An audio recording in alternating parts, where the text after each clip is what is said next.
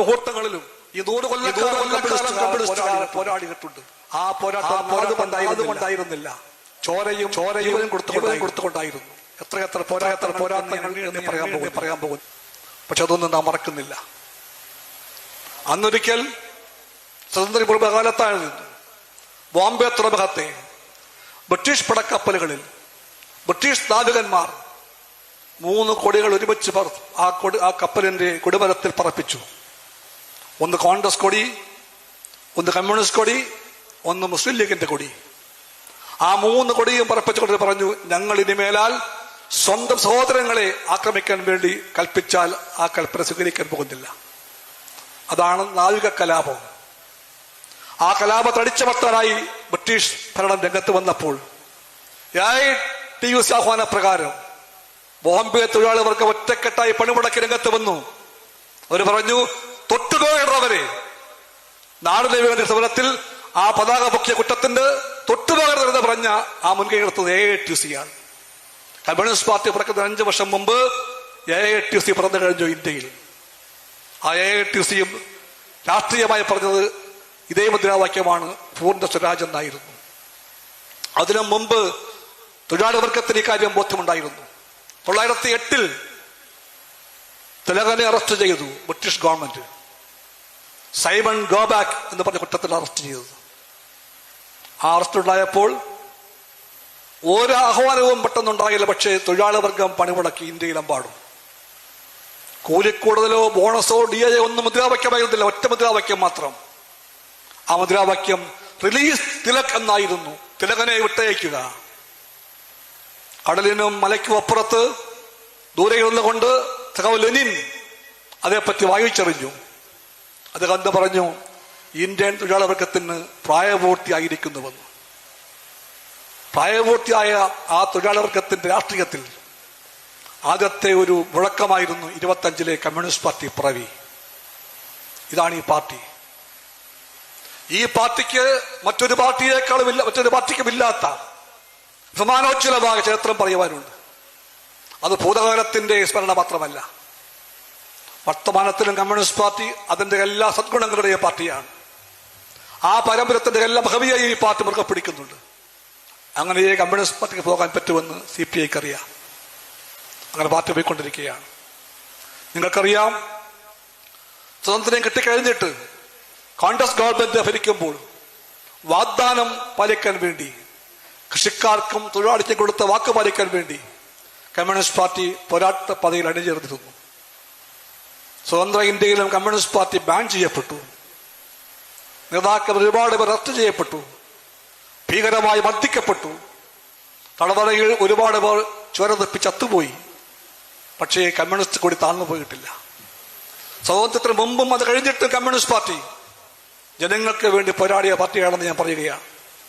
ആ കൊടിയാണ് നാം പിടിക്കുന്ന കൊടിയെന്ന് ഓരോ CPIക്കാരനും നെഞ്ചു നിവർത്തിപ്പിടിച്ച് തലകുനിക്കാതെ എല്ലാവരും കേൾക്ക പറയണം.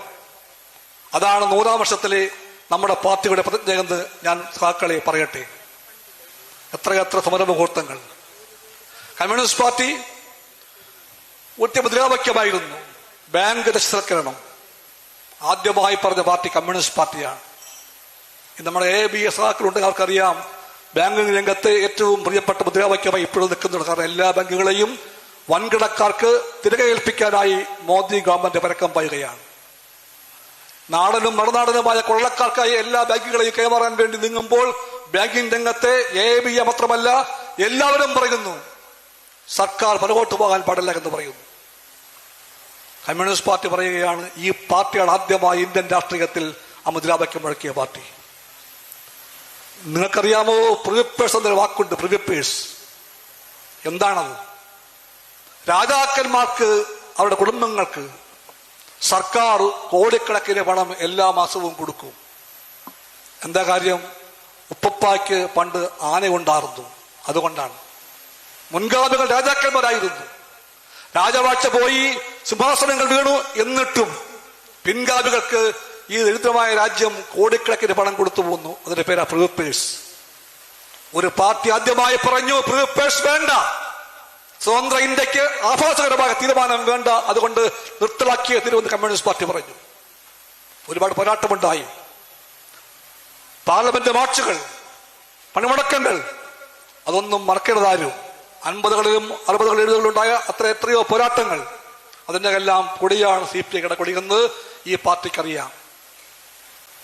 69-ൽ ഇന്ത്യൻ രാഷ്ട്രീയം ഒരു വലിയ മാറ്റത്തിന് സാക്ഷിയായി. അന്ന് കോൺഗ്രസ് പാർട്ടി രണ്ടായി ഭിന്നിച്ചു. അതിനു മുമ്പ് 64-ൽ കമ്മ്യൂണിസ്റ്റ് പാർട്ടിയിൽ ഒരു സംഭവമുണ്ടായി. എന്നും CPI പറയും അത് നിർഭാഗ്യകരമായ ഭിന്നിപ്പായിരുന്നുവെന്ന്. ആ വാക്ക് CPIക്ക് പറഞ്ഞേ തീരൂ. ഭിന്നിപ്പ് നിർഭാഗ്യകരമായിരുന്നു. ലോകത്തെവിടെയും കമ്മ്യൂണിസ്റ്റ് പ്രസ്ഥാനത്തിന്, കമ്മ്യൂണിസ്റ്റ് പാർട്ടിക്ക്, തൊഴിലാളി കർഷക ഐക്യത്തിന് എല്ലാം വിള്ളൽ വീഴുന്ന ഏത് ഭിന്നിപ്പും വർഗപരമായി ശരിയല്ല, രാഷ്ട്രീയമായി ശരിയല്ല, ക്ഷേത്രപരമായി ശരിയല്ല. അതുകൊണ്ട് CPIക്ക് എന്നും അത് പറയാനേ പറ്റൂ. ഭിന്നിപ്പുകളെല്ലാം നിർഭാഗ്യകരമാണ്. അതുണ്ടായി ഇന്ത്യയിൽ 64-ൽ. അതിലേക്ക് നയിച്ച സർവദേശീയ ദേശീയ ഘടകമൊന്നും ഞാൻ പറയുന്നില്ല, സമയക്കുറവ് കൊണ്ട്. പക്ഷെ ഉണ്ടായിരുന്നു, സർവദേശീയ വ്യാഖ്യാനം ഉണ്ടായിരുന്നു, ദേശീയ വ്യാഖ്യാനവും ഉണ്ടായിട്ടുണ്ട്. എന്തായാലും പാർട്ടി ഭിന്നിച്ചു. പാർട്ടി ഭിന്നിച്ച് 5-ാമത്തെ കൊല്ലം കോൺഗ്രസ് പാർട്ടി ഭിന്നിച്ചു. ആ ഭിന്നിപ്പിൽ 2 കോൺഗ്രസ് ഉണ്ടായി. ഇന്ദിരാഗാന്ധി നയിച്ച ഒരു കോൺഗ്രസ്, ഇന്ദിരാഗാന്ധിയെ മുച്ചോട് വിതിർത്ത വേറൊരു കോൺഗ്രസ്, സംഘടനാ കോൺഗ്രസ്. നമ്മളതിനെ സിൻഡിക്കേറ്റ് എന്ന് വിളിച്ചു. ആ സിൻഡിക്കേറ്റ് കോൺഗ്രസും ജനസംഘവും ഇന്നത്തെ BJP, അവരും സ്വതന്ത്ര പാർട്ടിയും ചേരുന്ന മഹാസഖ്യമുണ്ടായി ആ കാലത്ത്, ദ ഗ്രാൻഡ് അലയൻസ്. ഇതെല്ലാം 60കളിലെ കാര്യമാണ്. ഇതൊന്നും പറയണ്ടേ? അമ്മാണ് കാര്യം മാത്രം പറഞ്ഞിട്ട് പോകാൻ പാടില്ല കമ്മ്യൂണിസ്റ്റുകാർ. രാഷ്ട്രീയത്തിന്റെ പാഠങ്ങളെ പറ്റി നാം പഠിക്കേണ്ടതുണ്ട്. അങ്ങനെ പഠിക്കുമ്പോൾ ഇതെല്ലാം നമ്മുടെ എല്ലാം ബോധത്തെ നയിക്കാൻ വേണ്ട ഘടകമായത് കൊണ്ടാണ് ഞാനത് പറഞ്ഞു പോകുന്നത്. ആ ഭിന്നിപ്പുണ്ടായി. ആ ഭിന്നിപ്പുണ്ടായപ്പോൾ പാർലമെന്റിൽ ഇന്ദിരാഗാന്ധി ഗവൺമെന്റ് ന്യൂനപക്ഷമായി മാറി. ആ ഗവൺമെന്റിന് ഭൂരിപക്ഷമില്ല, ന്യൂനപക്ഷമായി. അതിനെ വീഴ്ത്തുവാൻ വേണ്ടി സ്വതന്ത്ര പാർട്ടി, ജനസംഘം, ഇന്നത്തെ BJP, സംഘടനാ കോൺഗ്രസ് ഒന്നിച്ചു നീങ്ങി. എന്ന് വെച്ചാൽ നാട്ടുരാജാക്കന്മാർ, കുലാക്കുകൾ, ജന്മിമാർ, പ്രമാണിമാർ എല്ലാം കൂടി ചേർന്ന വലതുപക്ഷം കോൺഗ്രസിലെ അവരും വർഗീയ ഭ്രാന്തിന്റെ ശക്തികളും എല്ലാം ചേരുന്ന ശക്തികൾ ഒന്നായി ചേർന്നുകൊണ്ടാണ് ആ നീക്കം നടത്തിയത്. ഇന്ദിരാഗാന്ധി ഗവൺമെന്റ് വീഴുമെന്ന ഘട്ടം വന്നു. പഴയ പത്രം എല്ലാവരും വായിക്കുക, പുസ്തകങ്ങളും വായിക്കുക, ആ ഘട്ടം കാണാം. ഇന്ത്യൻ രാഷ്ട്രീയത്തിന്റെ നിർണായക മുഹൂർത്തമായിരുന്നു അത്. ഈ ഗവൺമെന്റ് വീഴുമ്പോ മഹാസഖ്യം വിജയിക്കുമോ? കോൺഗ്രസ് വിപ്ലവ പാർട്ടി ഒന്നും അല്ല, അന്നുമല്ല, ഇന്നുമല്ല. ആ പാർട്ടി ബൂർഷ്വാ പാർട്ടിയാണ്. ബൂർഷ്വാ പാർട്ടിക്കുള്ള എല്ലാ കിടതികളും പിന്തുകളും ആ പാർട്ടിക്ക് അന്നുമുണ്ട്, ഇന്നുമുണ്ട്. അതുകൊണ്ടാണല്ലോ ആ പാർട്ടി BJPക്ക് വേണ്ടി രാവിലെയും ഉച്ചയ്ക്കും വൈകുന്നേരം എഴുതുന്ന ഒരാളെ ഇങ്ങനെ ഓച്ചാനിച്ച് നിൽക്കുന്ന കാഴ്ച നാം കാണുന്നത്. നിങ്ങൾ കാണുന്നില്ലേ? എന്നും വരികയാണ് ഒരാളുടെ വക.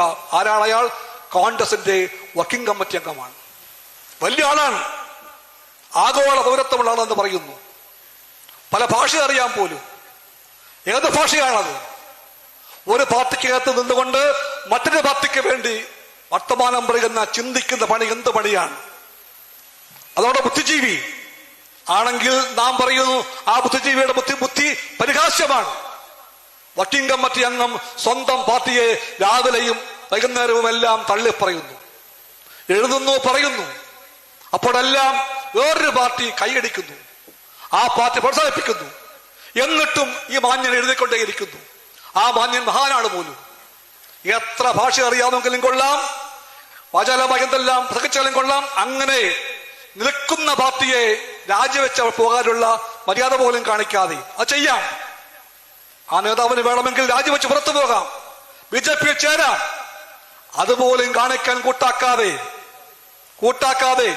BJPക്ക് വേണ്ടി ഇത്രയും നാണം കെട്ട വർത്തമാനം പറയുന്ന ഒരാളെ സ്വന്തം പാർട്ടിയുടെ അത്യുന്നതമായ വർക്കിംഗ് കമ്മിറ്റി അംഗമാക്കി മാറ്റുന്ന പാർട്ടിയെ പറ്റി നാം പറയുന്നു ആ കഷ്ടമെന്ന്.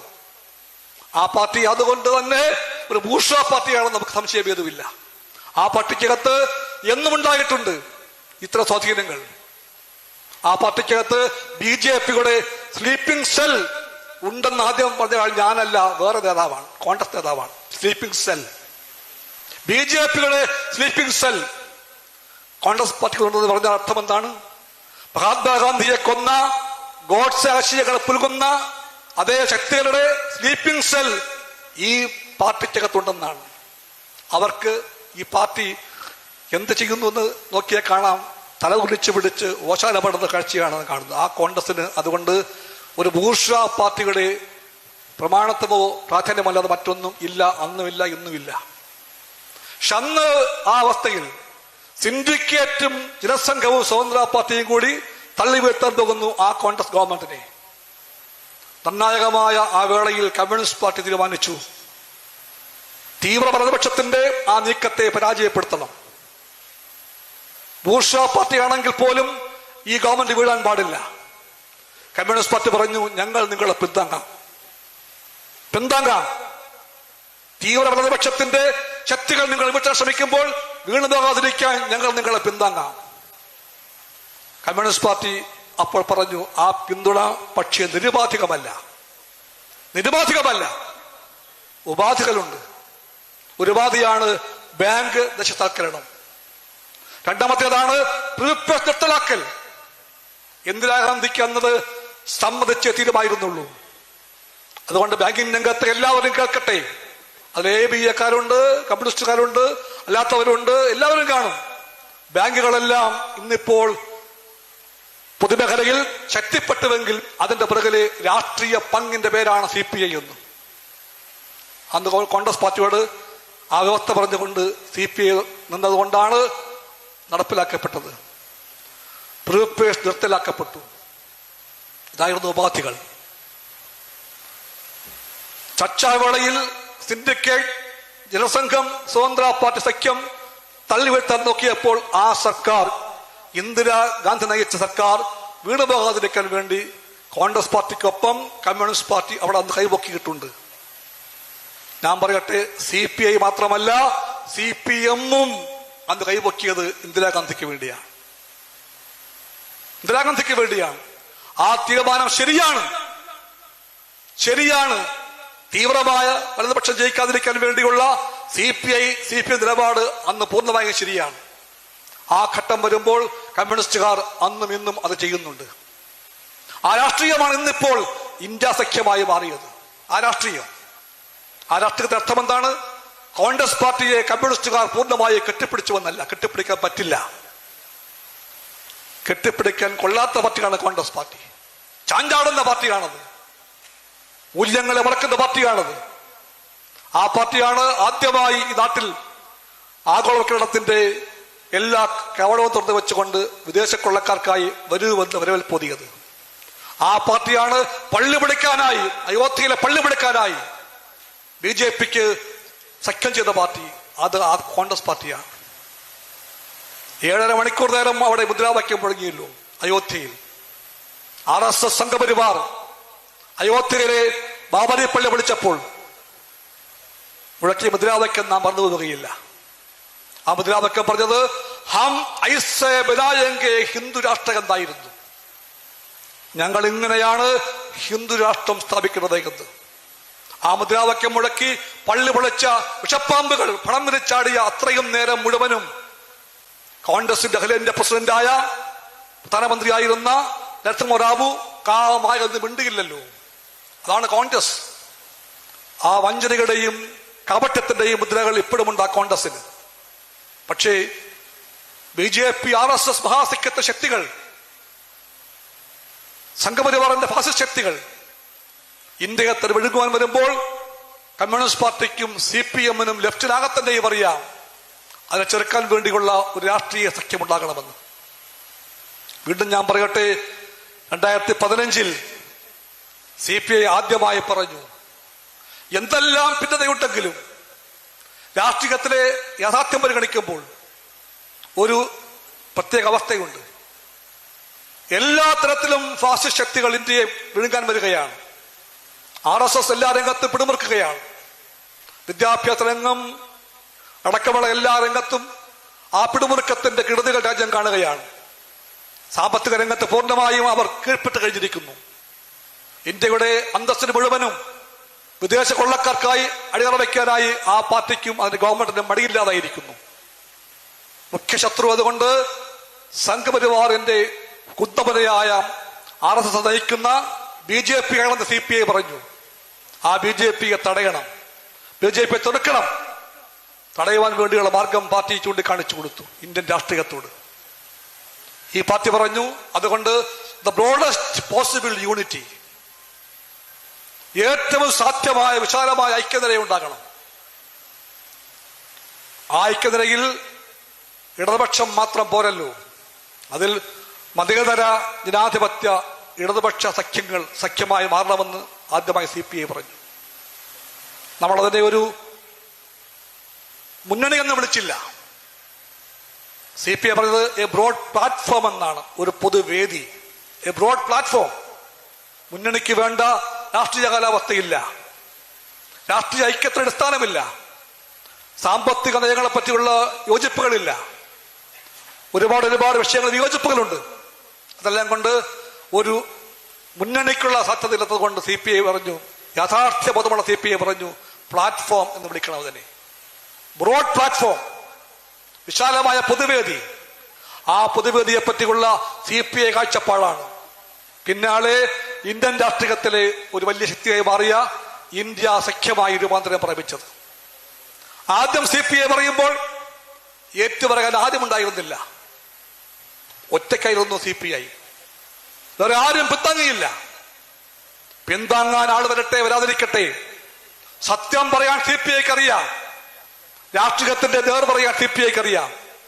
ആ നേരിന് വേണ്ടി CPI പറഞ്ഞു, ഈ പോസിബിൾ യൂണിറ്റി, ബ്രോഡ് പ്ലാറ്റ്ഫോം, അത് വേണമെന്ന് CPI പറഞ്ഞുകൊണ്ടേയിരുന്നു. പിന്നെ ക്രമേണ ആ സഖ്യം യാഥാർത്ഥ്യമായി മാറി. അതാണ് ഇന്ത്യ സഖ്യം.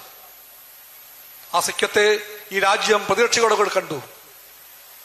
രാഷ്ട്രീയമായി ആ തീരുമാനം ശരിയാണെന്ന് രാജ്യം പറഞ്ഞു. ആ ശരികളെപ്പറ്റി CPIക്കും ബോധ്യമുണ്ട്, CPMനും ബോധ്യമുണ്ട്. രാഷ്ട്രീയമായി ശരിയായിരിക്കെ തന്നെ ഇന്ത്യ സഖ്യത്തിന് ഇന്ത്യൻ രാഷ്ട്രീയത്തിൽ വഹിക്കേണ്ട പങ്ക് വഹിക്കാൻ പറ്റിയിട്ടില്ല. 25ാം പാർട്ടി കോൺഗ്രസിലേക്കുള്ള രാഷ്ട്രീയ പ്രമേയത്തിൽ കമ്മ്യൂണിസ്റ്റ് പാർട്ടി പറയുന്നു, കോൺഗ്രസിന്റെ ദൂരക്കാഴ്ചയില്ലായ്മ, കോൺഗ്രസിന്റെ അപക്വത, കോൺഗ്രസിന്റെ സ്വന്തം പാർട്ടി പ്രഭുത്വ വാസന, അതെല്ലാം കൂടെ ചേർന്നപ്പോൾ ആ സഖ്യത്തിന്റെ യഥാർത്ഥമായ ശേഷിയെ പരിമിതപ്പെടുത്തുന്ന കാരണമായി. അതുകൊണ്ട് വീണ്ടും മോദി ഇവിടെ ഭരിക്കുന്നു. അല്ലായിരുന്നെങ്കിൽ മോദി ഭരിക്കുമായിരുന്നില്ല. മോദിയെ പിടിച്ചുകെട്ടാൻ കെൽപ്പുണ്ടായിരുന്ന ഇന്ത്യ സഖ്യത്തിന്റെ ശേഷിയെ, സാധ്യതയെ മുഴുവനും എടുത്തുപയോഗപ്പെടുത്താൻ, പ്രഹരിക്കാനുള്ള അവസരമുണ്ടാക്കാൻ കഴിയാതെ പോയതിൽ പ്രധാനപ്പെട്ട കാരണം കോൺഗ്രസിന്റെ സങ്കുചിതത്വമാണ്. സ്വന്തം ശേഷി, സ്വന്തം സീറ്റ്, സ്വന്തം നേതാക്കന്മാർ, സ്വന്തം കാര്യം, അത് മാത്രം നോക്കുന്ന, രാഷ്ട്രീയത്തിന്റെ വിശാലാർത്ഥത്തെക്കാളും കൂട്ടാക്കാത്ത കോൺഗ്രസ്സാണ് ഇന്ത്യ സഖ്യത്തിന്റെ സാധ്യതയെ പരിമിതപ്പെടുത്തിയതും പരാജയപ്പെടുത്തിയതെന്ന് CPI പറയുന്നു. അതിനർത്ഥം ഇന്ത്യൻ രാഷ്ട്രീയത്തിൽ കമ്മ്യൂണിസ്റ്റ് പാർട്ടി കൂടെ ചേർന്ന് മുന്നോട്ട് വെച്ച ഇന്ത്യ സഖ്യമെന്ന രാഷ്ട്രീയം തോറ്റുപോയി എന്നല്ല. ആ രാഷ്ട്രീയത്തിന്റെ പ്രയോഗവൽക്കരണത്തിൽ കോൺഗ്രസ് പാർട്ടിക്ക് പറ്റിയ പാളിച്ചയ്ക്ക് മുമ്പിൽ നമുക്കെല്ലാവർക്കും കൂട്ടായി തോൽക്കേണ്ടി വന്നു. അതാണ് അതിന്റെ അർത്ഥം. എന്തായാലും അതിന്റെ ഫലമായിട്ട് എല്ലാം ഞാൻ പറയുന്നില്ല, ചെറിയ വിജയമുണ്ടായി, പക്ഷേ വലിയ പരാജയങ്ങളും ഉണ്ടായി. ഏറ്റവും വലിയ വിജയം എന്താണ്? അമുദ്രാവാക്യം പറക്കരുത് എന്ന് പറഞ്ഞാൽ 400 മേൽ സീറ്റായിരുന്നു ലക്ഷ്യം മോദിയുടെ. അത്രയും സീറ്റ് കിട്ടിയാൽ, ഒറ്റയ്ക്ക് കിട്ടിയാൽ, ഒരൊർക്കം തന്നെ പറഞ്ഞു, അങ്ങനെ കിട്ടിയാൽ നമുക്ക് എന്തും ചെയ്യാൻ പറ്റും, ഭരണഘടനയെ മാറ്റാൻ പറ്റും, അടിപൊളി പഠിച്ചു പണിയാൻ പറ്റും. അതുകൊണ്ട് 400 വേണം, 400 പരം സീറ്റുകൾ നമുക്ക് വേണം, ജയിക്കണമെന്നായിരുന്നു മോദിയുടെ ലക്ഷ്യം. ആ ലക്ഷ്യം നേടാൻ കഴിഞ്ഞില്ല BJPക്ക്. രാജ്യം BJPയെ തോൽപ്പിച്ചു. ആ കാര്യത്തിൽ ഒറ്റയ്ക്ക് BJPക്ക് ഭൂരിപക്ഷമില്ല, ഇപ്പോഴുമില്ല. ചന്ദ്രബാബു നായിഡുവും നിതീഷ് കുമാറുമില്ലെങ്കിൽ മോദി താഴെ വീഴുമെന്നാണ് ഇപ്പോഴും അവസ്ഥ. അവരെ കൂട്ടുപിടിച്ചുകൊണ്ടേ മോദിക്ക് ഇപ്പോൾ പോകാൻ പറ്റുമെന്ന അവസ്ഥ വന്നിരിക്കുന്നു. ലക്ഷ്യമതായിരുന്നില്ലല്ലോ. ലക്ഷ്യമൊന്നും ചെയ്യാൻ കെൽപ്പുള്ള പാർട്ടിയാക്കി ആ പാർട്ടിയെ പറ്റുകയായിരുന്നു. രാജ്യം പറഞ്ഞു അത് പറ്റില്ല എന്ന്. ഈ പറഞ്ഞ പള്ളി പൊളിഞ്ഞു വീണ അയോധ്യയിൽ ജയിച്ചത് ആരാണ്? BJP ആണോ? അയോധ്യ അടങ്ങുന്ന മണ്ഡലത്തിൽ BJP തോറ്റുപോയി. ജനങ്ങൾ BJPയെ തോൽപ്പിച്ചു. ഇന്ത്യ സഖ്യ സ്ഥാനാർത്ഥി അവിടെ ജയിച്ചു. ആ രാഷ്ട്രീയം ഉണ്ടായിരുന്നു. പക്ഷെ അതിനെ വേണ്ടതുപോലെ കാണാൻ, പ്രയോജനപ്പെടുത്താൻ കോൺഗ്രസ് പാർട്ടിക്ക് കഴിഞ്ഞില്ല, അറിയില്ല എന്ന കാര്യവും രാജ്യം കണ്ടു. ആ തെറ്റുകൾ തിരുത്തിപ്പോയാൽ ആ രാഷ്ട്രീയത്തിന് ഇനിയും ഇന്ത്യൻ രാഷ്ട്രീയത്തിൽ വിജയിക്കാൻ പറ്റുമെന്ന് നമുക്കറിയാം. അതിലൊക്കെ ഇടപെടാൻ കെൽപ്പുള്ള പാർട്ടിയായി കമ്മ്യൂണിസ്റ്റ് പാർട്ടി വളരണം, ഇടതുപക്ഷം വളരണം. അല്ലെങ്കിൽ ഇതുപോലെ ചാഞ്ചാട്ടങ്ങളുടെ പാർട്ടിയായ കോൺഗ്രസ് പാർട്ടിയും അത്തരം പാർട്ടികളും കൂടി ചേർന്ന് ഒരു വലിയ രാഷ്ട്രീയ ശേഷിയെ, സാധ്യതയെ റദ്ദാക്കി കളയും. അത് റദ്ദാകാൻ പാടില്ലെന്നാണ് കമ്മ്യൂണിസ്റ്റ് പാർട്ടി കാണുന്നത്. അതുകൊണ്ട് CPI പറയുന്ന വളർച്ച, ആ വളർച്ച നമുക്ക് വേണ്ടി മാത്രമല്ല, ആ വളർച്ച ഇന്ത്യക്ക് വേണ്ടിയാണ്. ഇപ്പോൾ നാം കേൾക്കുന്നില്ലേ, ഒരു മറയുമില്ലവർക്ക് അത് പറയാൻ. പണ്ട് ശബ്ദം താഴ്ത്തി പറഞ്ഞ കാര്യം ഇപ്പോൾ അവർ ഉറക്കെ പറയുന്നു. ഭരണഘടന പൊളിച്ചു പറയുമ്പോൾ അതിനകത്ത് മതേതരത്വം വേണ്ട, സോഷ്യലിസം പാടില്ല, അതെല്ലാം ചീത്ത വാക്കാണ്, അശ്ലീല വാക്കാണ്. ഒരു ഉളുപ്പുമില്ലാതെ പറയുകയാണ് RSS നേതാക്കന്മാർ. ദത്താത്രേയ ഹൊസമുള്ളമാർ പറയുകയാണ്,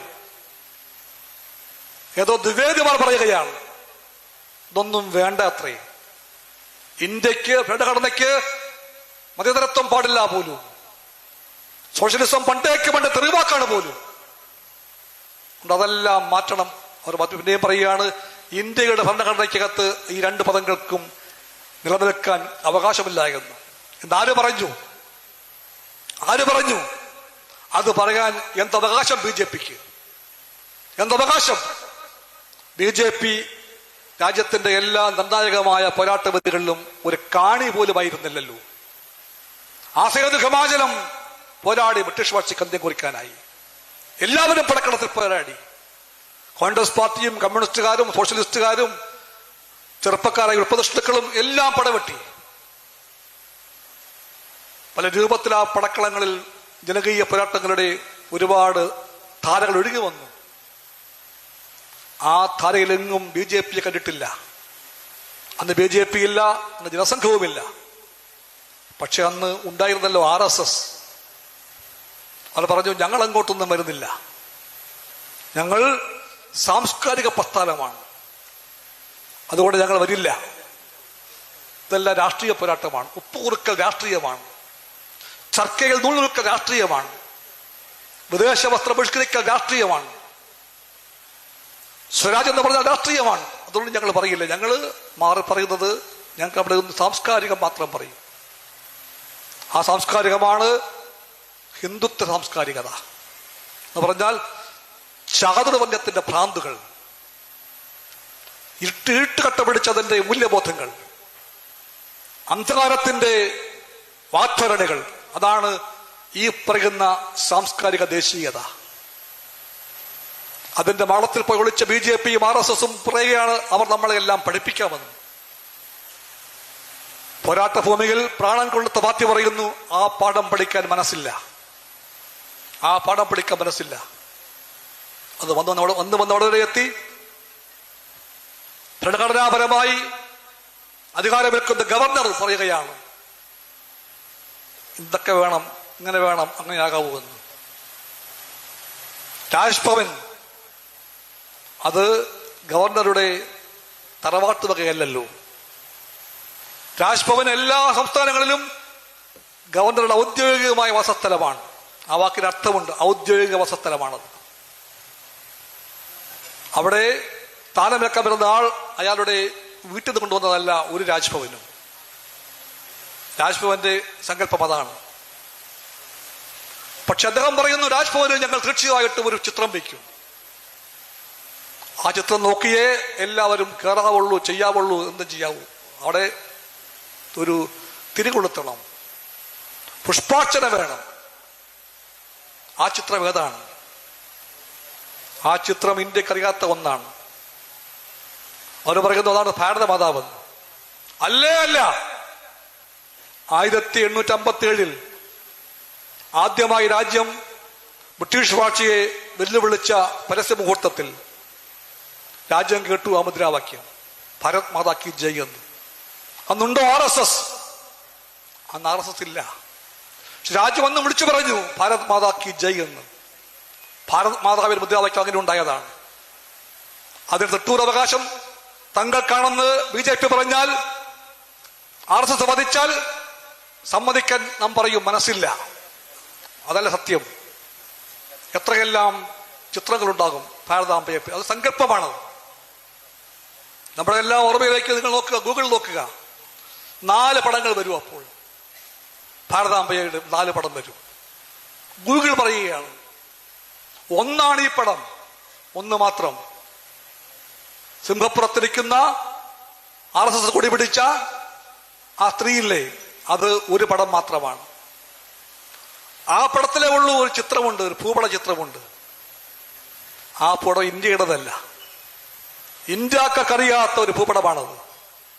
ആ ഭൂപടം ശാഖകളിൽ RSSകാർ എന്നും വൈകുന്നേരം പാടിപ്പുകർത്തുന്ന സങ്കല്പത്തിലെ ഭൂപടമാണ്. ആ ഭൂപടം ഇന്ത്യക്കറിയാത്തതാണ്.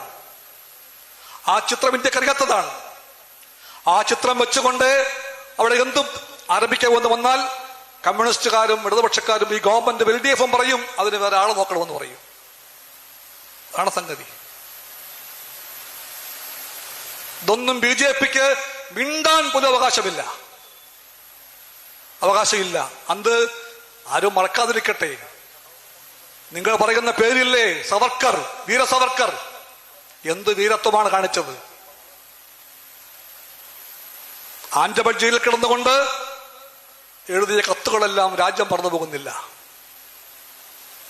ഒന്നിനു പിറകെ ഒന്നായ കത്തുകൾ വന്നു ജയിലിൽ നിന്നും പുറത്തേക്ക്. കത്തെഴുതിയത് സവർക്കറായിരുന്നു. എല്ലാ കത്തും മഹാറാണിക്കായിരുന്നു ലണ്ടനിലേക്ക് അയക്കാൻ. ഒടുവിലത്തെ കത്തിൽ പറഞ്ഞു, അതുകൊണ്ട് തിരുവുള്ളത്തിന് ദയവുണ്ടായി ഈ വഴിതെറ്റിപ്പോയ പുത്രനോട് മാപ്പ് തന്നാൽ ശിഷ്ടകാലം മുഴുവനും മഹാറാണിയുടെ കിരീടത്തിന്റെ സേവകനായി ജീവിച്ചു കൊള്ളാമെന്ന് ഈ ഉള്ളവൻ വാക്ക് തരുന്നു. ശിഷ്യന്മാരോടെല്ലാം ഞാൻ അത് പറയുകയും അവരെയെല്ലാം ഈ വഴിക്ക് നടത്തുകയും ചെയ്യാമെന്ന് ഉറപ്പു തരുന്നു. ഇതാണ് സവർക്കർ. നമ്മൾ ജനങ്ങൾ നാടിന് വേണ്ടി ജീവൻ കൊടുത്തപ്പോൾ, കൃഷിക്കര തൊഴിലാളികൾ നാടിന് വേണ്ടി ചോര കൊടുത്തപ്പോൾ, രാജ്യമാകെ നമ്മുടെ സഹാക്കൾ തളവറയിൽ കിടന്നപ്പോൾ പുറത്തിറങ്ങാൻ വേണ്ടിയുള്ള കത്തിലെ വാചകമാണത്. അതാണ് RSS പാരമ്പര്യം. അവിടെ പോയിട്ട് നമ്മളെല്ലാം ദശസ്നേഹം പഠിക്കണമോ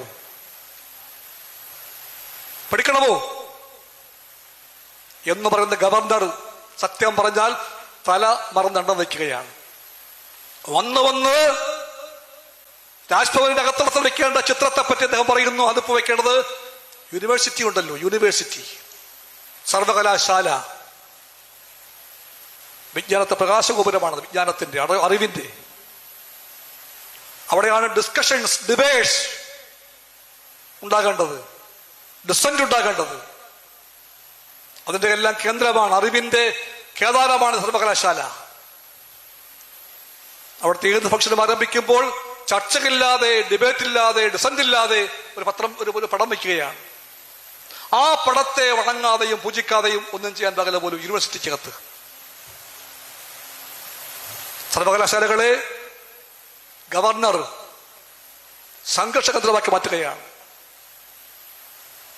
അതല്ല ചുമതല എന്ന് അദ്ദേഹം അറിയണം. അദ്ദേഹം സാങ്കേതികമായ ചാൻസലറാണ്. ചാൻസലർക്ക് പക്ഷേ സർവാധികാരമില്ല. സ്വന്തം അധികാരപരിധിയെ പറ്റിയുള്ള യഥാർത്ഥമായ പാഠം പഠിക്കുവാൻ അദ്ദേഹത്തിന് ആയില്ല എങ്കിൽ പഠിപ്പിക്കാൻ ആരെങ്കിലും വേണം. പക്ഷേ ഉപദേശകന്മാരെല്ലാം കല്ല് വെച്ച RSS സ്വയംസേവകരാണ്. സ്വയംസേവന പാരമ്പര്യത്തിൽ അഭിനമിക്കുന്ന, അവിടുത്തെ വെള്ള കുപ്പായവും കാക്കി ട്രൗസറും ഇട്ട് ആനന്ദിച്ച, ഹിറ്റ്ലറെയും മുസോളിനെയും വാഴ്ത്തി പറഞ്ഞ് ശീലിച്ച ഉപദേശകന്മാരെ ചുറ്റും നിർത്തിക്കൊണ്ടുപോകുന്ന ഈ സ്വയം സേവകനായ ഗവർണർ സത്യം പറഞ്ഞാൽ രാജ്ഭവനെ മാത്രമല്ല യൂണിവേഴ്സിറ്റിയെ തന്നെ മലിനമാക്കാൻ ശ്രമിക്കുകയാണ്. യൂണിവേഴ്സിറ്റി മാലിന്യത്തിന്റെ ഒരു വേസ്റ്റ് ബാസ്ക്കറ്റായി മാറാൻ പാടില്ല. യൂണിവേഴ്സിറ്റി അറിവിന്റെ, ചർച്ചയുടെ, സംവാദത്തിന്റെ, അന്വേഷണത്തിന്റെ എല്ലാം കേന്ദ്രമാകണം. അങ്ങനെ പോകാൻ സമ്മതിക്കേണ്ട യൂണിവേഴ്സിറ്റിയെ കൽപ്പന പ്രകാരം ഓച്ചാനിക്കാൻ പറയുന്ന സ്ഥാപനമാക്കി മാറ്റാൻ ശ്രമിക്കുന്ന വൈസ് ചാൻസലർക്ക് ശരിക്കും പറഞ്ഞാൽ അദ്ദേഹത്തിന്റെ അധികാരപരിധിയെ പറ്റിയുള്ള ബോധ്യങ്ങളില്ല. അദ്ദേഹമാണ് യൂണിവേഴ്സിറ്റി ക്യാമ്പസുകളെല്ലാം സംഘർഷത്തിന്റെ പടക്കളമാക്കി മാറ്റിയത്. യൂണിവേഴ്സിറ്റി പഠനത്തിന്റെ, അന്വേഷണങ്ങളുടെ, ചർച്ചയുടെ, സംവാദത്തിന്റെ, ആശയവിനിമയത്തിന്റെ കേന്ദ്രമായി മാറേണ്ട മഹാസ്ഥാപനങ്ങളാണ്. അദ്ദേഹം അക്കാര്യം മനസ്സിലാക്കിയാൽ നല്ലതെന്ന് മാത്രമേ എനിക്ക് അതേപ്പറ്റി പറയാനുള്ളൂ. കമ്മ്യൂണിസ്റ്റുകാർക്ക് അതേപ്പറ്റി എല്ലാം വ്യക്തമായ കാഴ്ചപ്പാടുണ്ട്. അത് വ്യക്തമായി പറയുകയാണ് CPI എല്ലാ കാലഘട്ടങ്ങളിലും. അത് പറയാനാണ് നാം നിൽക്കുന്നത്. അത് പറയുമ്പോൾ ഇന്ത്യൻ രാഷ്ട്രീയത്തിലെ ഏറ്റവും പ്രധാനപ്പെട്ട രാഷ്ട്രീയ പങ്ക് വഹിക്കുന്ന സംസ്ഥാനമായ കേരളത്തെപ്പറ്റിയും CPIക്ക് പറയാനുണ്ട്. കേരളത്തിലെ രാഷ്ട്രീയ ഗതിയെ തീരുമാനിക്കുന്നത് LDF ആണ്. ജനങ്ങളാണ് LDFനെ തിരഞ്ഞെടുത്തത്. ഒരു വട്ടവും 2 വട്ടവും ജനങ്ങൾ പറഞ്ഞു അത് LDF തീരുമാനിക്കട്ടെ എന്ന്. UDFും BJPയും ന്യൂനപക്ഷ വർഗീയ പ്രാന്തം എല്ലാം ചേർന്നുകൊണ്ട് വെല്ലുവിളിച്ചപ്പോഴും ജനങ്ങൾ പറഞ്ഞു 1ാം വട്ടം മാത്രമല്ല 2ാം വട്ടവും LDF ജയിക്കട്ടെ എന്ന് പറഞ്ഞ ജനങ്ങളാണ്. ആ ജനങ്ങൾ ഇപ്പോൾ ചിന്തിക്കുന്നത് 3ാം വട്ടവും LDF വരട്ടെ എന്നാണ്. ജനഹിതമാണത്. ആ തീരുമാനത്തെ മാറ്റാൻ ആർക്കാണ് അവകാശം? ആ കേൾപ്പാർക്കുണ്ട്. എല്ലാത്തിനേക്കാളും വലിയവർ ജനങ്ങളാണെന്ന് കമ്മ്യൂണിസ്റ്റ് പാർട്ടിക്ക് അറിയാം. നമ്മൾ ആരുമല്ല വലിയവർ. ഒരു പാർട്ടി നേതാവും വലുതല്ല, ഒരു പദവിയും വലുതല്ല, ഒരു സ്ഥാപനങ്ങളും വലുതല്ല, ഒരു അധികാര കേന്ദ്രവും വലുതല്ല. എല്ലാത്തിനേക്കാളും വലുത് ജനങ്ങളാണ്. വി ദ പീപ്പിൾ ആണെന്ന് കമ്മ്യൂണിസ്റ്റ് പാർട്ടിക്ക് അറിയാം. We the people. കമ്മ്യൂണിസ്റ്റ് പാർട്ടിക്ക് അതുകൊണ്ട് എപ്പോഴും പറയാൻ കഴിയും, നമ്മുടെ ശിരസ് താഴുമെങ്കിൽ, എവിടെയെങ്കിലും താഴുമെങ്കിൽ അത് താഴുക ജനങ്ങളുടെ മാത്രം മുമ്പിലായിരിക്കും, അവരുടെ മാത്രം മുമ്പിൽ. അവർ എവിടെയും ഈ ശിരസ് താഴില്ല. ഈ ശിരസ് നാം ഉയർത്തിപ്പിടിക്കും. ജനങ്ങൾ പറയുമ്പോൾ നാം തലകുടിച്ച് പറയും അത് ഞങ്ങൾ ജനങ്ങളെ മാനിക്കുമെന്ന്. ആ ജനങ്ങൾ പറയുകയാണ് 1ാം വട്ടവും 2ാം വട്ടവും ജയിച്ചു ഭരിക്കുന്ന LDF 3ാം വട്ടവും ഭരിക്കട്ടെ എന്ന്. അതിന് കാരണമുണ്ട്.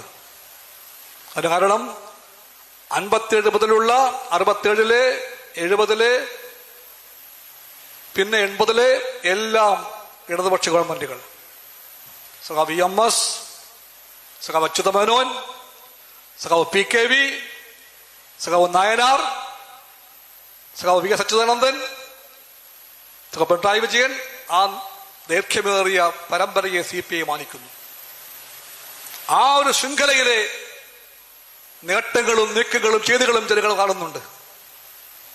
ആ ജനങ്ങൾ തീരുമാനിച്ചതാണ് 3ാം ഊഴവും LDFനാകട്ടെ എന്ന്.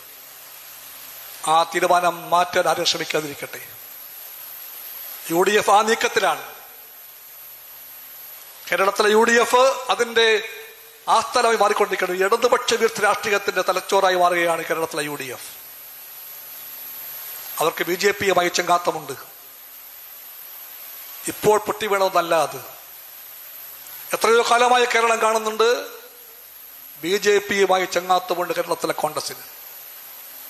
മറന്നുപോയോ വടകര ബേപ്പൂർ മോഡൽ?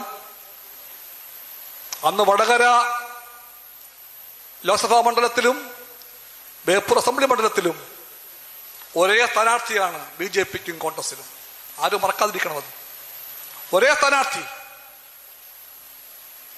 BJPയും പറഞ്ഞു, കോൺഗ്രസും പറഞ്ഞു, UDFും പറഞ്ഞു എല്ലാ വോട്ടും ആ സ്ഥാനാർത്ഥിക്കായിരിക്കണം. അപ്പുറത്തുള്ളത് LDF ആണ്. അത് എല്ലാവരും കൂടെ പറഞ്ഞു തോൽപ്പിക്കേണ്ടത് LDF-നെയാണ്, ജയിപ്പിക്കേണ്ടത് ഈ പൊതുവായ ആളെയാണ്. വടകരയിൽ അത് അഡ്വക്കേറ്റ് രഞ്ജിത് സിംഗ് ആയിരുന്നു. ബേപ്പൂരിൽ അത് BJP സഹയാത്രികനായ RSS സഹയാത്രികനായ ഡോക്ടർ K മാധവൻകുട്ടിയായിരുന്നു. ഇതെല്ലാം നമുക്ക് ഓർമ്മയുണ്ടല്ലോ.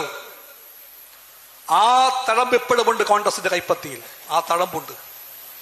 ആ കൈപ്പത്തി BJP ചേർത്ത് പിടിച്ച അവിശുദ്ധ ബാന്ധവത്തിന്റെ തഴമ്പുള്ള കൈപ്പത്തിയാണ്. ആ കൈപ്പത്തിക്ക് ഇപ്പോൾ പുത്തൻ ബന്ധുക്കളുണ്ടാവുകയാണ്. അതാണ് ന്യൂനപക്ഷ വർഗീയത.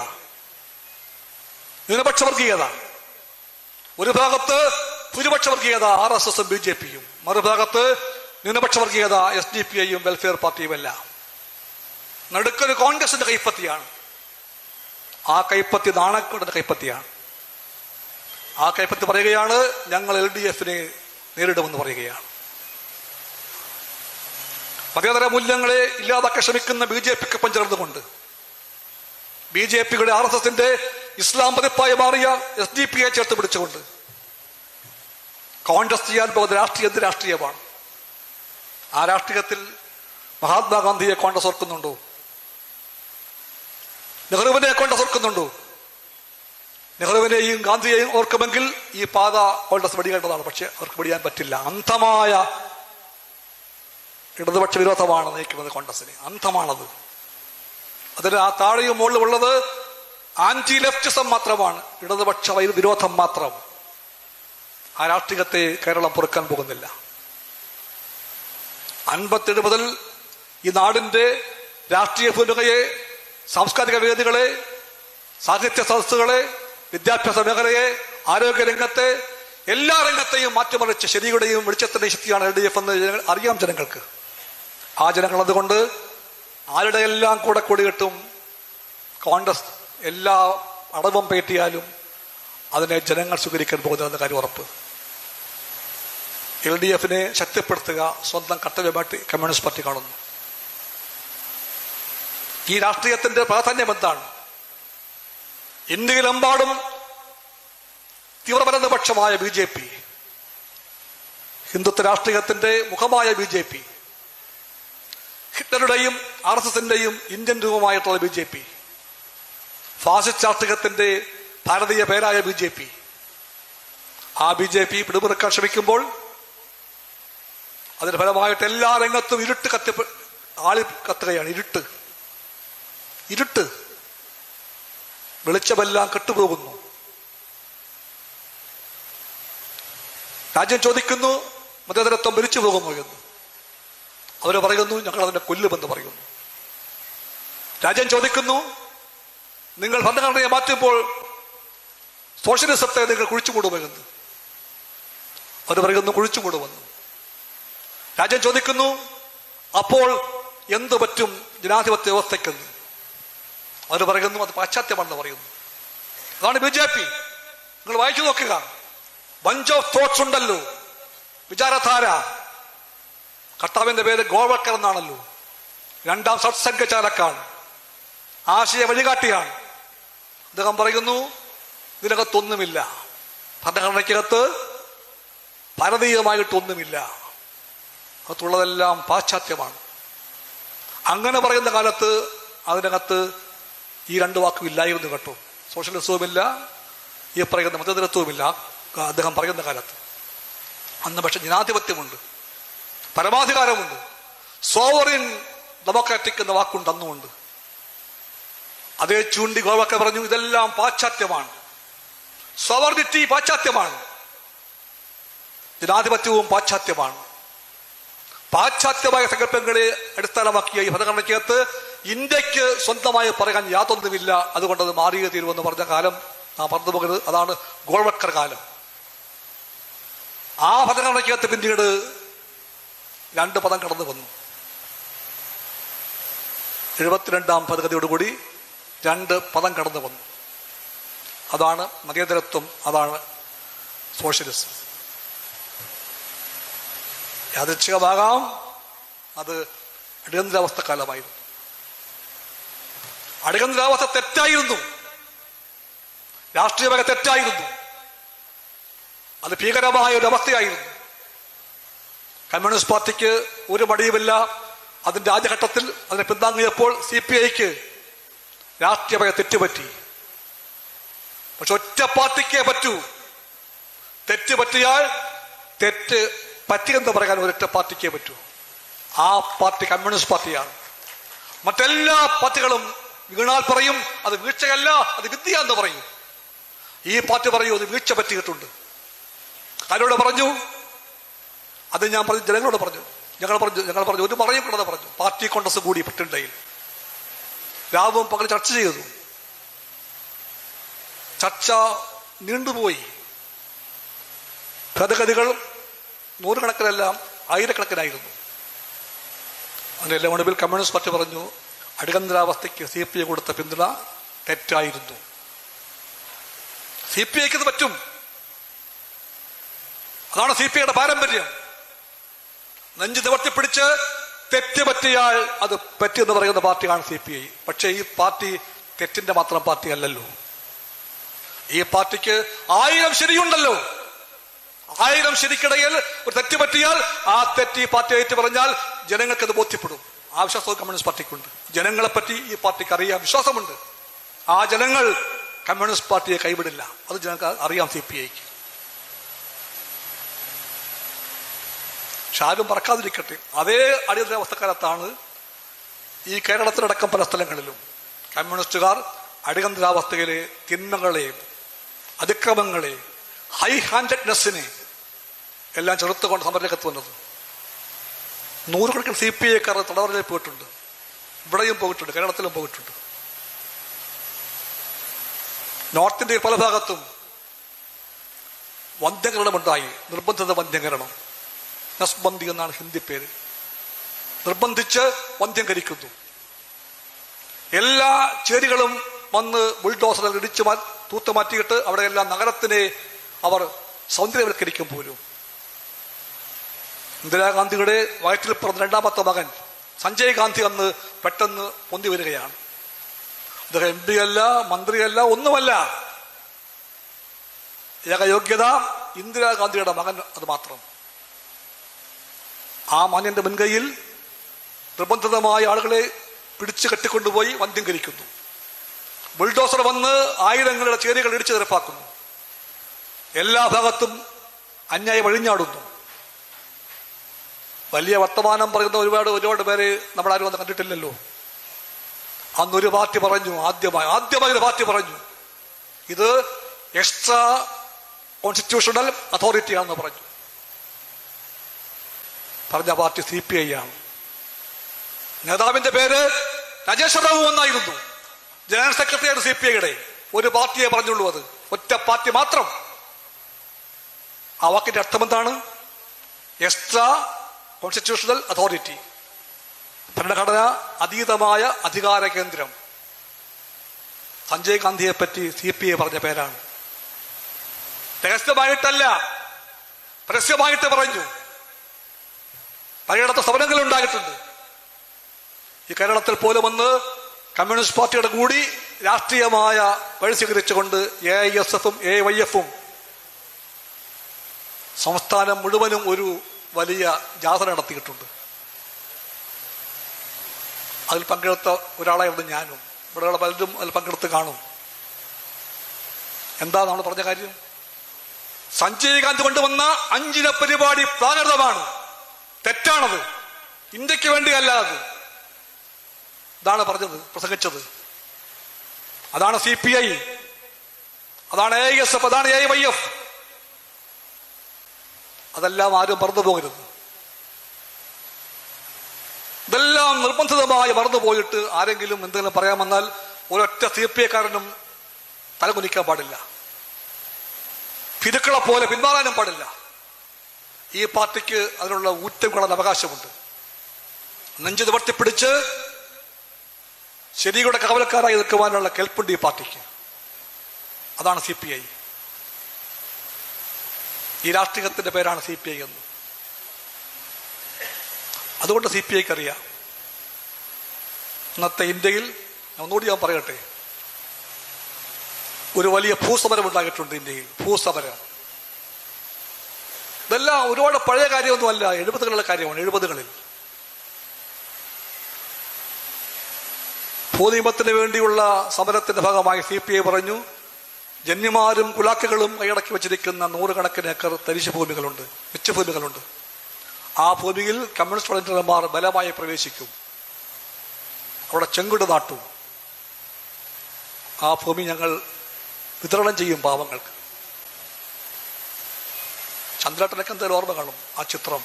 രാജേശ്വര റാവു UP-യിലെ ഒരു വലിയ മിച്ചഭൂമിയിൽ സഹാക്കളെയും കൂട്ടിക്കൊണ്ട് നേതൃത്വം കൊടുത്തുകൊണ്ട് വന്ന കയ്യേറിയ രംഗത്തിന്റെ പടം എനിക്ക് ഓർമ്മയുണ്ട്. ഒരു തലക്കെട്ടുമായി, തലയിൽ കെട്ടും കെട്ടി ആ നേതാവ്, ആജാനുബാഹുവായ നേതാവ് ആ ജൂബയുമായി നിന്ന് നിപ്പ് എനിക്ക് ഓർമ്മയുണ്ട്. അദ്ദേഹം തെലുങ്കാനയുടെ നേതാവാണ്. തെലുങ്കാന സമരഭൂമിയിൽ സായുധമായി പോരാടിയ സഹാക്കൾ നയിച്ച നേതാവാണ് അദ്ദേഹം. നൈസാമിന്റെ വാഴ്ചക്കെതിരായി, നൈസാം വാഴ്ചയ്ക്ക് വേണ്ടി ചൂട്ടുപിടിച്ചു കൊടുത്ത സാമ്രാജ്യമേൽക്കോയ്മയെ വെല്ലുവിളിച്ചുകൊണ്ട് നടത്തിയ സമരമാണ് തെലുങ്കാന സമരം. ആ സമരമാണ് 100 ഗ്രാമങ്ങളെ മോചിപ്പിച്ചത്. ആ ഗ്രാമങ്ങളിൽ ഏതാനും മാസങ്ങളെങ്കിലും ജനങ്ങൾ സ്വന്തം ഭരണം സ്ഥാപിച്ചു. ആ നായകന്റെ പേരാണ് C. രാജേശ്വര റാവു. അദ്ദേഹത്തിന് ആ സമര പാരമ്പര്യമുണ്ട്. അതിൻ്റെ എല്ലാം ഉശിരോടുകൂടി രാജേശ്വര റാവു നിന്നു ആ സമരത്തിന് മുൻപിൽ. അതാണ് കമ്മ്യൂണിസ്റ്റ് പാർട്ടി. 70കളിലെ പോരാട്ടമാണ്. അതുകൊണ്ട് കമ്മ്യൂണിസ്റ്റ് പാർട്ടിക്ക് ഓർക്കാനും പറയാനുമുള്ള എത്രയോ എത്രയോ കാര്യങ്ങൾ. നാം അത് പഠിച്ചില്ലെങ്കിൽ, നാം പറയുന്നില്ലെങ്കിൽ ആ കുറ്റം നമ്മുടേതാണ്. ചരിത്രത്തിൽ അതെല്ലാം ഉണ്ട് സഖാക്കളെ. ആ ചരിത്രമാണ് CPI-ക്കാർ വായിക്കേണ്ടത്, പഠിക്കേണ്ടത്. ആ ബോധമാണ് CPI-യെ കൊണ്ട് ഇന്നത്തെ ഇന്ത്യൻ രാഷ്ട്രീയത്തിൽ ചുറ്റുപാടും ഈ പറയുന്ന ഇരുട്ട് കട്ടപിടിക്കുമ്പോൾ, ആ ഇരുട്ടിന്റെ ഫലമായി പാവങ്ങൾ, കൃഷിക്കാർ, തൊഴിലാളികളെല്ലാവരും മുന്നോട്ട് പോകാൻ വഴുതുകിടുമ്പോൾ ഒരു ചെറിയ വിളക്കുണ്ട് ഇവിടെ ഈ കേരളത്തിൽ. കൊച്ചു സ്റ്റേറ്റാണ് കേരളം. തെക്കേ കോണിലാണിത്. ഈ തെക്കേ കോണിൽ വെളിച്ചമുണ്ട്. ആ വെളിച്ചമാണ് LDF-ന്റെ വെളിച്ചം. ഇത് പ്രകാശഗോപുരമാണിത്. ഈ പ്രകാശത്തെ കെടുത്താൻ ശ്രമിക്കുകയാണ് അവരിപ്പോൾ. വൈരാഗ്യമാണ് BJP-ക്ക് ഈ സർക്കാരിനോട്. വൈരാഗ്യം, തീരാത്ത പക. നമുക്കറിയാം എന്തുകൊണ്ടാണെന്ന്. അവർക്കറിയാം ബാക്കി എല്ലാവരെയും പാട്ടിലാക്കാൻ പറ്റൂ. BJP-ക്ക് വേണ്ടി പേനുകുന്തുന്ന വർക്കിംഗ് കമ്മിറ്റി മെമ്പേഴ്സിനെ പരിപാലിക്കുന്ന കോൺഗ്രസിനെയോ അത്തരം പാർട്ടികളെയോ ഇഷ്ടം പോലെ വിലക്കെടുക്കാൻ പറ്റും. പക്ഷേ വിലക്കെടുക്കാൻ കിട്ടാത്ത മുന്നണിയാണ് ഇടതുപക്ഷം, LDF. അതാണ് CPI, അതാണ് CPM. അതുകൊണ്ട് അവർക്ക് വെറുപ്പാണിത് LDF-നോട്. ആ വെറുപ്പാണ് ഇടക്കിടക്കെല്ലാം നാം കാണുന്നത്. അവിടെ വരെ പോയി. അത് കിട്ടേണ്ട വിഹിതം കിട്ടുന്നില്ല, തരേണ്ട പണം തരാൻ കൂട്ടാക്കുന്നില്ല. എവിടെയും കൈയിട്ട് വരികയാണ് നമ്മുടെ വിഹിതം.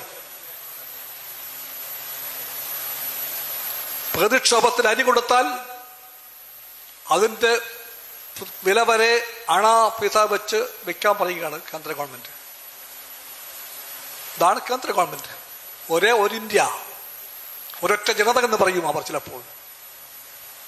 പക്ഷെ ആ ഇന്ത്യയുടെ ഭാഗമായ കേരളത്തിലെ ജനങ്ങൾക്ക് ഒരു പ്രതിക്ഷോഭമുണ്ടായാൽ, എല്ലാം നഷ്ടപ്പെട്ടു പോയാൽ, അവർക്ക് ജീവിക്കാൻ വേണ്ടി അല്പം അരി കൊടുത്തു പോയാൽ ആ അരിയുടെ വില കണക്കെടുത്ത് പലിശ കൂട്ടി തരാൻ പറയുന്നു കേന്ദ്ര ഗവൺമെന്റ്. ദേശീയ വിഹിതം പങ്കുവെക്കുമ്പോൾ എല്ലാവർക്കും വിഹിതമുണ്ട്, നമുക്ക് കൊണ്ട് വിഹിതം. ആ വിഹിതം കിട്ടുന്നില്ല. കേരളം ഒരു മിച്ച സംസ്ഥാനമല്ല, കമ്മ്യൂണിസ്റ്റ് സംസ്ഥാനമാണ്. ഇവിടെ ഭക്ഷ്യോൽപാദനം കുറവാണ്. ജനങ്ങളെ തീറ്റിപ്പോറ്റാൻ ആഹാരം വേണം. ഇവിടെ മാത്രമേ ഉള്ളൂ ഇത്രയും സമഗ്രമായ റേഷനിങ് സമ്പ്രദായം. അതിന് കാലങ്ങളായി സഹായിക്കുന്നുണ്ട് കേന്ദ്രം. പക്ഷെ ഇവര് പറയുന്നു വേണ്ട. അവിടെയും വെട്ടിച്ചുരുക്കലാണ്, വെട്ടിച്ചുരുക്കമാണ്. അനിൽ അവിടെ പോയിരുന്നു കഴിഞ്ഞ 2 ആഴ്ച മുമ്പ്. GR അനിൽ പോയത് വേറൊന്നിനു വേണ്ടിയല്ല, ഓണക്കാലം വരികയാണ്. മന്ത്രി കർണാടകക്കാരനാണ്. നിങ്ങളുടെ ഹോളി പോലെയോ ദസറ പോലെയോ ആണ് ഞങ്ങൾക്ക് ഞങ്ങളുടെ ഓണം. അതുകൊണ്ട് അരി വേണം, എല്ലാ കൊല്ലവും കിട്ടുന്നുണ്ട്, അത് വേണമെന്ന് പറഞ്ഞു. അദ്ദേഹം പറഞ്ഞു, ഒറ്റ മണി അരി പോലും വേറെ കിട്ടില്ല എന്ന് പറഞ്ഞു. എനിക്ക് ചെറിയ പരിചയമുണ്ട് അദ്ദേഹത്തെ, പ്രഹ്ലാദ് ജോഷിയെ. പിറ്റേന്ന് ഞാൻ വിളിച്ചു, കുശലമൊക്കെ പറഞ്ഞു. എൻ്റെ വീട്ടിലേക്ക് വിളിച്ചു, ചായയൊക്കെ ക്ഷണിച്ചു. ഞാൻ പറഞ്ഞു അതെല്ലാം കൊള്ളാം, ഞാൻ സമയം കിട്ടിയാൽ വരാമെന്ന് ഞാൻ പറയുകയും ചെയ്തു. പക്ഷെ ഞാൻ വിളിച്ച കാര്യം, ഇന്നലെ ഞങ്ങളുടെ മന്ത്രി വന്നില്ലേ, GR അനിൽ, ആ മന്ത്രി വന്നിരുന്നു. ആ കാര്യം ഗൗരവമുള്ള കാര്യമാണ്. ഓണം വരികയാണ്, അരി കിട്ടിയില്ലെങ്കിൽ വലിയ പ്രശ്നമായിരിക്കും, വില കൂടും കമ്പോളത്തിൽ. താങ്കൾ ഇന്ത്യയുടെ മൊത്തം മന്ത്രിയാണ്, അതുകൊണ്ട് ആ നിവേദനത്തെ പരിഗണിക്കണം, തള്ളിക്കളയാൻ പാടില്ലെന്ന് ഞാൻ പറഞ്ഞു. അദ്ദേഹത്തെ ഭാവം മാറി. വിനോദ്ജി എന്താ പറയുന്നത്? നടക്കാത്ത കാര്യമാണത്, നടക്കാത്ത കാര്യമാണത്. അങ്ങനെയാണ്, നടക്കില്ല കേരളമാണെങ്കിൽ, നടക്കും മഹാരാഷ്ട്രയാണെങ്കിൽ, നടക്കും BJPക്കുള്ള UP നടക്കും. UPക്ക് ഒരു നയം, മഹാരാഷ്ട്രയ്ക്ക് ഒരു നയം. ആ നയത്തിൽ വ്യത്യസ്തമായ നയമാണ് നമുക്കുള്ളത്. എന്തുകൊണ്ട് നാം LDFന്റെ സംസ്ഥാനമാണ്. ഇതല്ല യഥാർത്ഥ രാഷ്ട്രീയമെന്ന് അവർക്ക് ബോധ്യപ്പെടണം. എല്ലാത്തിൻ്റെയും സമ്മർദ്ദമുണ്ടെങ്കിലും LDF ഗവൺമെന്റ് മുമ്പോട്ട് പോവുകയാണ്. ഇവിടെ നമ്മുടെ രാജ്യം നിൽക്കുന്നുണ്ട്. ലക്ഷങ്ങൾക്ക് ഭൂമി കൊടുത്ത ഗവൺമെന്റാണ്, ലക്ഷങ്ങൾക്ക് പട്ടയം കൊടുത്തു ഈ സർക്കാർ. എല്ലാത്തിൻ്റെയും ഇടയിലും നമ്മുടെ ഭക്ഷ്യവകുപ്പിന്റെ പ്രവർത്തനങ്ങൾ മുന്നോട്ട് പോവുകയാണ്. പ്രയാസങ്ങളുണ്ട്, ആ പ്രയാസമെല്ലാം അവരുണ്ടാക്കിയതാണ്. നാം പക്ഷേ പതറിപ്പോകുന്നില്ല. കാർഷിക രംഗത്ത്, മൃഗസംരക്ഷണ രംഗത്ത്, അവിടെയെല്ലാം ഈ ഗവൺമെന്റിന്റെ ചെയ്തികൾ നാം കാണുന്നുണ്ട്. ഓരോ ചുവടിലും വഴിമുടക്കാനായി ശ്രമിക്കുന്ന കേന്ദ്രത്തോട് മുട്ടുകുത്താൻ കൂട്ടാക്കാതെ നാം ചെയ്യുന്ന ഓരോ പ്രവൃത്തികളും ജനങ്ങൾ കാണുന്നുണ്ട്. അത് ആരോഗ്യ രംഗത്തുണ്ട്, വിദ്യാഭ്യാസ രംഗത്തുണ്ട്, വ്യവസായ രംഗത്തുണ്ട്, എല്ലാ രംഗത്തുമുണ്ട്. LDFന്റെ ഗവൺമെന്റിലെ ഓരോ മന്ത്രിമാരും അതുകൊണ്ട് ഈ പ്രയാസമെല്ലാം പറഞ്ഞുകൊണ്ട് വഴിമാറിപ്പോകുന്നില്ല, വെറുതെ ഇരിക്കുന്നില്ല. അവരെല്ലാവരും LDFന്റെ രാഷ്ട്രീയത്തിന്റെ മാറ്റ് വർദ്ധിപ്പിക്കാൻ വേണ്ടി രാവും പകലും അധ്വാനിക്കുകയാണ്. അതുകൊണ്ടാണ് ഈ ഗവൺമെന്റിനെ ജനങ്ങൾ സ്നേഹിക്കുന്നത്. ആ ജനതയാണ് മൂന്നാം ഊഴവും LDFന് എന്ന് പറയുന്നത്. ആ രാഷ്ട്രീയത്തിൽ ശരിയാണ് ബോധ്യപ്പെടുത്തുന്നത്. ആ ശരികളെ കമ്മ്യൂണിസ്റ്റ് പാർട്ടി ശക്തിപ്പെടുത്തും. ആ ശരികളെ, ഈ പാത പൂർണ്ണമായും ശരിയാണെന്ന് ബോധ്യമുണ്ട് LDFന്, CPIക്ക്. എവിടെയെങ്കിലും ഒരു പാളിച്ച പറ്റിയാൽ പറ്റാം, മനുഷ്യരല്ലേ, പാളിച്ച പറ്റാം. പാളിച്ച പറ്റിയാൽ CPI അത് തിരുത്താൻ ശ്രമിച്ചിട്ടുണ്ട്. ആ ശ്രമങ്ങളൊന്നും പാഴായി പോയിട്ടില്ല സഖാക്കളെ, ഒന്നും പാഴായി പോയിട്ടില്ല. LDFന്റെ ഐക്യത്തെ ഉയർത്തിപ്പിടിച്ചുകൊണ്ട് അതിനെ ശക്തിപ്പെടുത്തുക എന്ന മൗലികമായ കടമയെ വിസ്മരിക്കാതെ LDFന്റെ ഗവൺമെന്റിന്റെ സംഭവിച്ചു പോയിട്ടുള്ള പാളിച്ച തിരുത്തുവാൻ വേണ്ടി ശ്രമിച്ചപ്പോഴെല്ലാം CPIക്ക് വിജയമുണ്ടായിട്ടുണ്ട്. അതൊന്നറിയാത്ത പോലെ ആരും ഭാവിക്കാൻ പാടില്ല. ആ രാഷ്ട്രീയം LDFന് അറിയാം. തിരുത്തലുകളും LDFന്റെ ഭാഗമാണ്. ഐക്യമാണ് LDFിലെ മുഖ്യമായ ഘടകം. ഐക്യം, രാഷ്ട്രീയ ഐക്യം, ആശയ ഐക്യം, വർഗീയ വിരുദ്ധ ഐക്യം, അതാണ് അടിസ്ഥാനം. ആ ഐക്യത്തിനകത്ത് ചിലപ്പോൾ വേണ്ടി വന്നാൽ സമരവും ഉണ്ടാകും. സമരം, അതാണ് കമ്മ്യൂണിസ്റ്റുകാരുടെ യൂണിറ്റി ആൻഡ് സ്ട്രഗിൾ. യൂണിറ്റി ഉണ്ട്, ഐക്യമുണ്ട്. അനിവാര്യമായാൽ അത്തരം ഘട്ടങ്ങളിൽ സമരവുമുണ്ട്. ആ രാഷ്ട്രീയം CPIക്ക് അറിയാം. അതിന്റെ പാർട്ടിയാണ് കമ്മ്യൂണിസ്റ്റ് പാർട്ടി. ആ പാർട്ടിയുടെ സമ്മേളനമാണത്. തൃശ്ശൂർ സമ്മേളനത്തിന് വലിയ പ്രാധാന്യമുണ്ട്. അതിന് പാരമ്പര്യം കൊണ്ട് മാത്രമല്ല, പാരമ്പര്യം തീർച്ചയായിട്ടുമുണ്ട്, വർത്തമാനവും നമുക്ക് പ്രധാനപ്പെട്ടതാണ്. ഈ സമ്മേളനത്തിന് മുമ്പിൽ ആ കർത്തവ്യങ്ങളെല്ലാം എല്ലാവർക്കും ബോധ്യമുണ്ടാകണം. നമുക്കൊരു മുറിവുണ്ട് തൃശ്ശൂര്. നാം എല്ലാം ഒന്നാന്തരമായി പോരാടി, പക്ഷെ നാം ലക്ഷ്യം കണ്ടില്ല. തൃശ്ശൂരിൽ നിന്നൊരു BJP MP ഉണ്ടായിരിക്കുന്നു.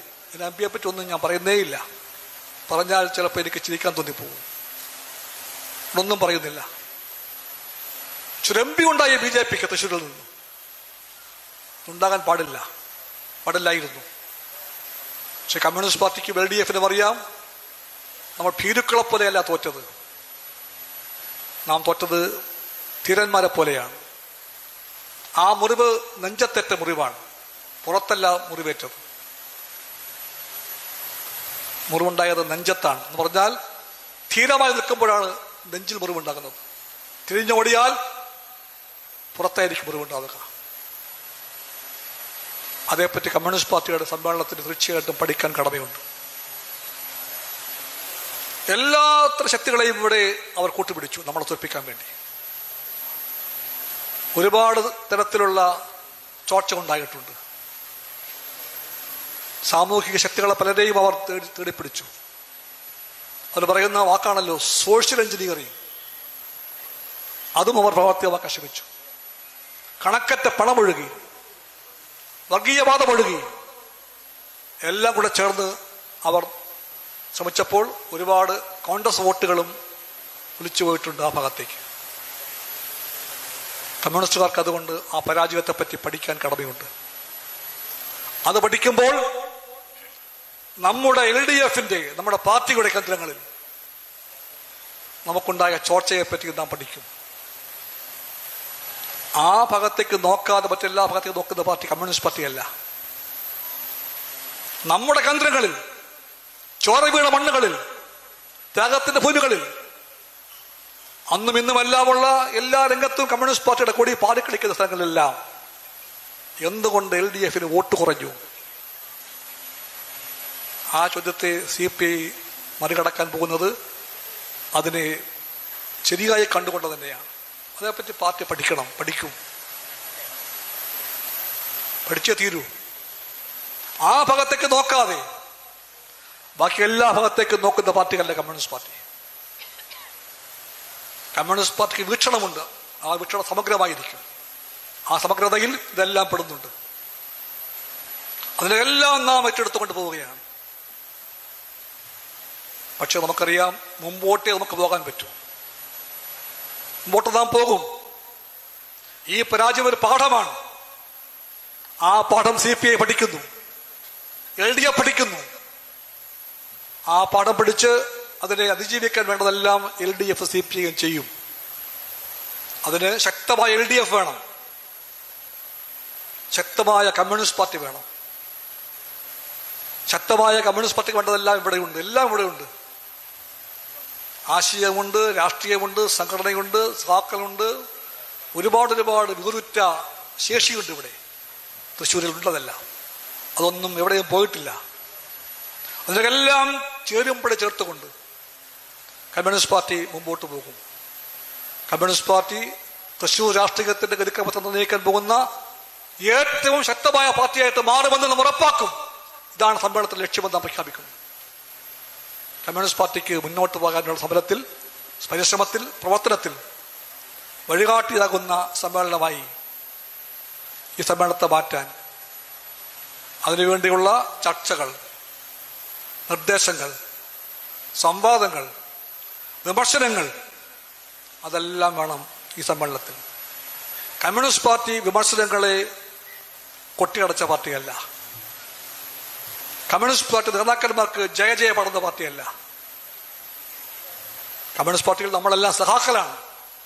പാർട്ടിക്ക് വേണ്ടി, മുന്നേറ്റത്തിന് വേണ്ടി, വളർച്ചയ്ക്ക് വേണ്ടി, ജനങ്ങൾക്ക് വേണ്ടി, നാടിന് വേണ്ടി നമ്മുടെ പാർട്ടി കമ്മ്യൂണിസ്റ്റുകാരെ പോലെ എന്തെല്ലാം പറയണമോ അതെല്ലാം നമുക്ക് പറയാനുള്ള വേദി ഇതാണ് വേദി നമ്മുടെ. ആ വേദിയിൽ നിന്നുകൊണ്ട് നമ്മുടെ പാർട്ടിയെ, നമ്മളെല്ലാം പ്രാണനെ പോലെ സ്നേഹിക്കുന്ന പാർട്ടിയെ ശക്തിപ്പെടുത്താനായിട്ടുള്ള നമ്മുടെ പങ്ക് നിറവേറ്റുവാൻ വേണ്ടിയുള്ള ഉജ്ജ്വലമായ തീരുമാനത്തിന്റെ പ്രഖ്യാപനമാക്കി നമുക്കിതിനെ മാറ്റാം. ആ പരിശ്രമത്തിൽ എല്ലാ സഹാക്കൾക്കും ഞാൻ എല്ലാ വിജയങ്ങളും നേരുന്നു. സഹാക്കളെ മുന്നോട്ട്. ലാൽ സലാം.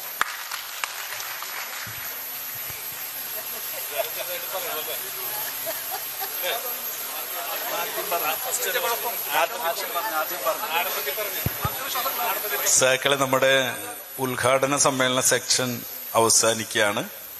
നമ്മുടെ ക്ഷണം സ്വീകരിച്ച് ഇവിടെ എത്തിയിട്ടുള്ള വിശിഷ്ട വ്യക്തികളും ദൃശ്യ പത്രമാധ്യമ സുഹൃത്തുക്കളെല്ലാം തന്നെ ഭക്ഷണം കഴിച്ചിട്ടേ പോകാൻ പാടുള്ളൂ. ഭക്ഷണം തയ്യാറായിട്ടുണ്ട്. നമ്മുടെ വളണ്ടിയർ സഹാക്കൾ ഇവർക്ക് ഭക്ഷണം കൊടുക്കുന്ന കാര്യത്തിൽ ശ്രദ്ധിക്കണം എന്ന് അഭ്യർത്ഥിക്കുകയാണ്. ഇനി തുടർന്ന് രാഷ്ട്രീയ റിപ്പോർട്ട്, പ്രവർത്തന റിപ്പോർട്ട്, കണക്ക്, നമ്മുടെ സംഘടനാപരമായ കാര്യങ്ങളാണ്. അപ്പോൾ നമ്മുടെ തെരഞ്ഞെടുക്കപ്പെട്ട പ്രതിനിധി സഖാക്കൾ മാത്രമേ ഹാളിൽ ഉണ്ടാകാൻ പാടുള്ളൂ. ബാഡ്ജ് ധരിക്കാത്ത സഖാക്കൾ ഉണ്ടാകാൻ പാടില്ല. തെരഞ്ഞെടുക്കപ്പെട്ട എല്ലാ സഖാക്കൾക്കും ബാഡ്ജും മറ്റും ഉണ്ട്.